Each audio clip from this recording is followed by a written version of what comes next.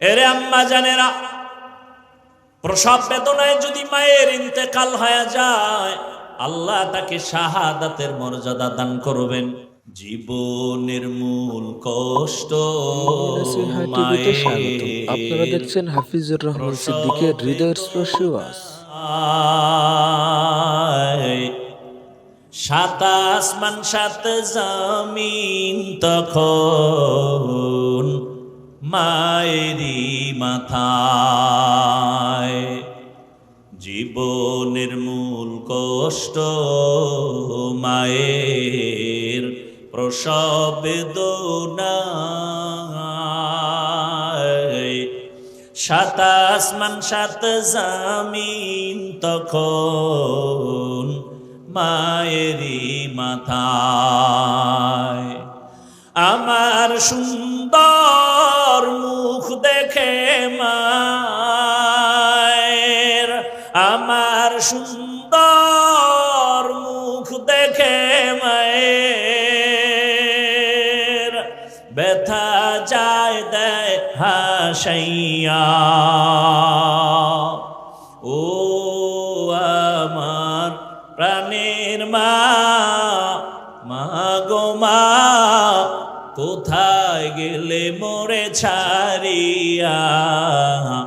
জনম দুঃখী ইয়াতীম আমি, চাই না কেহ ফিরিয়া।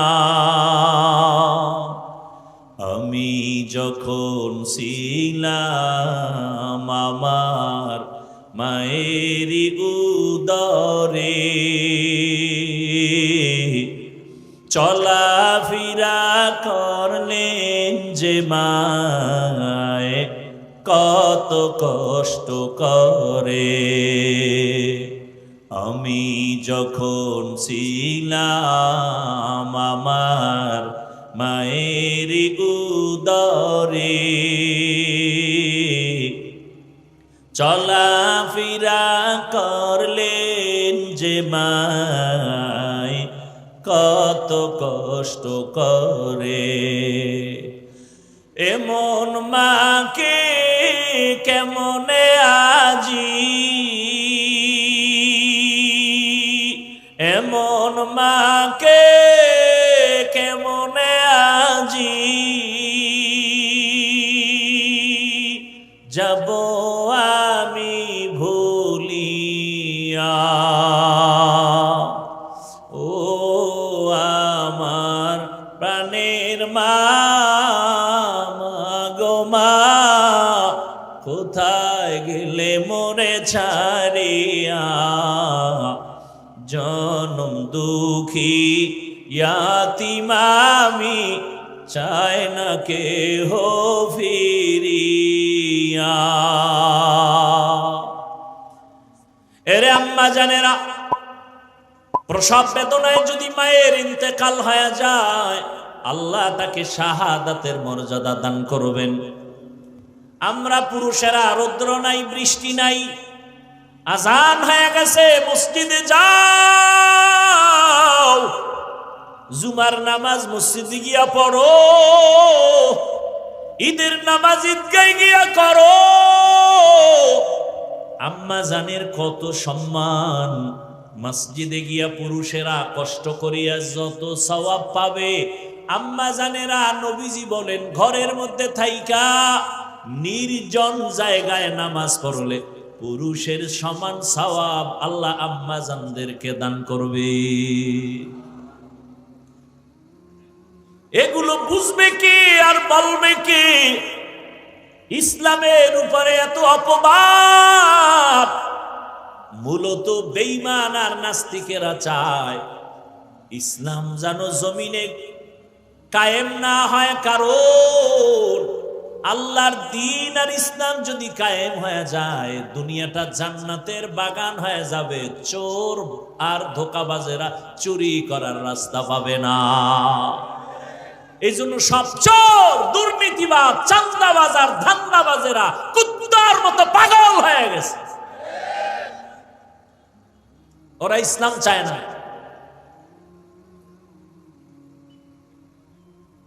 কারণ ওরা জানে ইসলামই শান্তি দিতে পারে, জানার পরে ওরা মানবে না। কেন মানলে ওদের চান্দাবাজি ধান্দাবাজি বন্ধ হয়ে যাবে।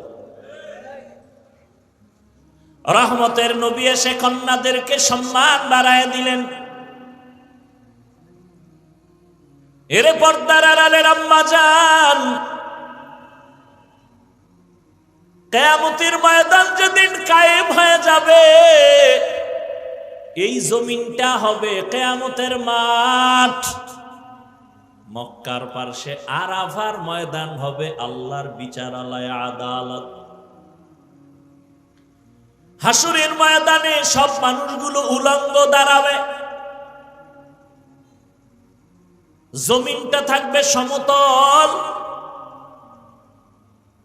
ওই দিন আমার আল্লাহ যদি ডেকে বলেন, আজ এমন একজন ব্যক্তি দাঁড়াও যে আমার প্রিয় হাবিবের হাতে প্রথম কালেমা পড়েছো, প্রথম ব্যক্তিকে দাঁড়াও, আমি আজ পুরস্কার দিব। ভালো করে জানো, কোটি কোটি কোটি মানুষের মাঝে সেদিন কোনো পুরুষ দাঁড়াবার সাহস হবে না। একজন নারী দাঁড়ায় বলবে, হে আল্লাহ, তোমার হাবিবের হাতের প্রথম কালেমাওয়ালা আমি একজন ব্যক্তি, প্রথম আমি একজন নারী, রহমতের নবীর স্ত্রী খাদিজা রাদিয়াল্লাহু আনহা। হাসরের ময়দানে যদি আমার আল্লাহ বলেন, আমার রসুলের দ্বীনকে জীবিত রাখার জন্য প্রথম বেঈমানের মোকাবেলায় কে জীবন দিয়ে শহীদ হয়েছ, একজন পুরুষও দাঁড়াতে সাহস পাবে না, এক নারী দাঁড়ায় যাবে। দাঁড়াইয়া বলবেন, হে মালিক,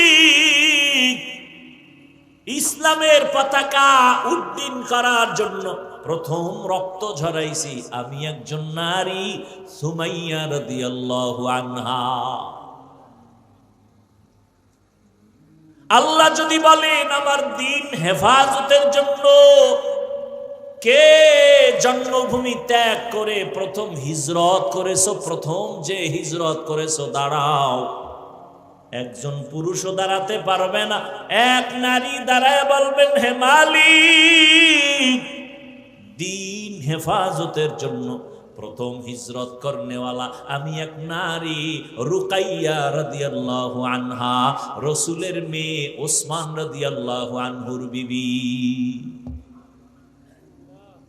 ওরে জুতা দিয়া বাইরান দরকার এই বেঈমান গুলোকে, নাস্তিক গুলোকে, লম্পট গুলোকে, যারা বলে ইসলাম নারীর অধিকার দেয়নি। ওদেরকে মৃত্যু পর্যন্ত জেলখানায় বেঁধে রাখা উচিত। বলবে কে? নিজের ঘরে আগুন যদি নিজের লোকে লাগায় নিবেইবে কে? কোন হিন্দু, কোন খ্রিস্টান, কোন ইহুদি আমার সোনার বাংলায় দাঁড়িয়ে আল্লাহর বিরুদ্ধে, কোরআনের বিরুদ্ধে কথা বলার সাহস পায়নি। ইসলামের ক্ষতি করেছে নামদারি মুসলমান মুনাফিকের গোষ্ঠীরা। মসজিদের ইমামতি যায় কেন? হিন্দু আইয়া বাধা দিছে, ওই যে শিয়ালের হাতে মুরগি। কথা বলেন না কেন? আমি যে আজকে যে বয়ানগুলো করলাম, আপনাদের কোন জুমার মসজিদে এই বয়ান কোন খতিব সাহেব করুক না, কমিটি বলবে 1 মাসের ছুটি, বাড়ি যান। শিয়ালের হাতে মুরগি।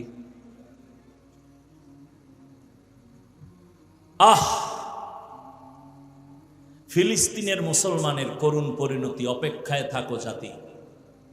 তুমি যে ভালো, কিসের ভালো? যেই আকাম করো, সুদ ছাড়া ব্যবসা চলে না, লোন না উঠাইলে দোকান চলে না। হ্যাঁ, 24 ঘন্টার সেকেন্ডে সেকেন্ডে সেকেন্ডে অল টাইম গর্ভধারিণী মায়ের সাথে জেনা জেনা জেনা জেনা। কত বড় কুলাঙ্গা! আল্লাহ কয়, রেডি অরে বেঈমান, আমি আল্লাহ নিজে তোর সাথে যুদ্ধ করব। এবার বুঝেন আল্লাহ কতটা রাগ। কোরআন শরীফের আয়াত। সুদের সাথে যারা জড়িত, ওদের নামাজ হবে না, রোজা হবে না, তেলাওয়াত হবে না, হজ হবে না, দান সদকা কবুল হবে না, কোনো জীবনে একটা মোনাজাতও কবুল হবে না। মায়ের সাথে জিনা করে, ও তো কুলাঙ্গার, ওর মোনাজাত কবুল হবে কেন? সূরা বাকারা 275 নম্বর আয়াত খুলেন। সুদের ব্যাপারে কত কঠিন কথা আল্লাহ বলেছেন এখানে, অথচ কারো কাছে গিয়ে আপনার এলাকার বড় লোকের কোনো গরিব যদি কয় ভাই সামনে কোরবানি আইতেছে, আমি তো আর কোরবানি দিতে পারবো না, ফরজও না অজীব না, একটা মুরগি কিনা বাচ্চারে খাওয়াবো, আমারে 500 টাকা ধার দেন। বড় লোকের গোষ্ঠী বল খবরদার, এই দরজা আইসো কেন, দৌড় দে। আর যদি কয় সুদে দেন, কয় লাখ নিবি,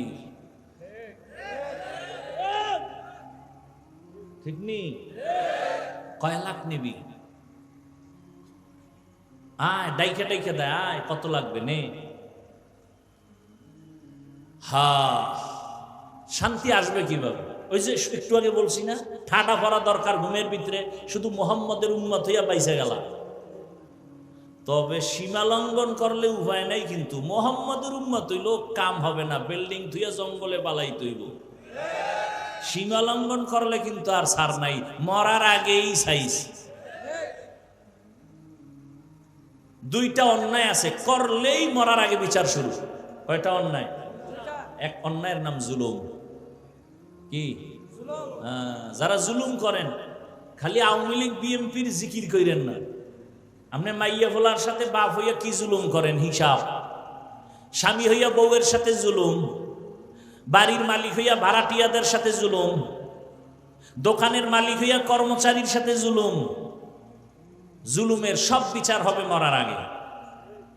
রাসূলের হাদিস শুনে নাও, হাদিস ক্বালা রাসূলুল্লাহ সাল্লাল্লাহু আলাইহি ওয়া আলিহি ওয়া সাল্লাম, ইসনানি ওয়াজিলুহুমাল্লাহু ফিদ দুনিয়া আল বাগয়ু ওয়া উকুকুল ওয়ালিদাইন। জুলুম করবে যারা, মা বাবার সাথে বেয়াদবি যারা করবে, তাদের শাস্তি হবে মরার আগে। ও আমার কলিজার যুবক, এতক্ষণ মা বোন দিয়া বয়ান করলাম, এখন যুবকদের 2-4 মিনিট কিছু না বললেই না। ও আমার যুবক বাবারা, রহমতের নবী বলেছেন, বিপদকালে যুবকেরা আমার উপকার করেছে, বুড়ারা বিরোধিতা করেছে। তুমি যুবক নবীর কি উপকার করছো কত? মোটামুটি কম না, সারা রাত মোবাইল দিয়ে তো কম উপকার করি না। এরে আল্লাহর বান্দারা, রহমতের নবী বলেছেন যুবক আমার উপকার করেছে, যৌবন কালের ইবাদত আল্লাহর কাছে বড় দামি। এই যে এতক্ষণ আমি বয়ান শুনাইছি, একবারও কিন্তু বলি নাই আমার মতো হুজুর হও, আমার মতো স্কুল বাদ দিয়া মাদ্রাসায় যাও। বরং আমি বলি সব জায়গায় হুজুর হইও না, হইও না, হইও না। যে হুজুর হইছে এটি শেষ করা যায় না। হুজুর এত বেশি হয়ে গেছে, আর হুজুর লাগবে না। আমার দেশে হুজুরের অভাব নাই, আমার দেশে এখন অভাব হলো আদর্শ ডাক্তার নাই, আদর্শবান ইঞ্জিনিয়ার নাই, আদর্শবান প্রফেসর নাই, আদর্শবান ডিসি, আদর্শবান এসপি, আদর্শবান ওসি দরকার। আমার দেশের ওসি, ডিসি, এসপি যদি আদর্শবান হইতো, বয়ান চলতো, কোনো অনুমতি নেওয়ার প্রয়োজন হতো না। বয়ান চলতো ময়দানে, কোনো বেয়াদব আলেমের সাথে বেয়াদবি করার সাহস পেত না।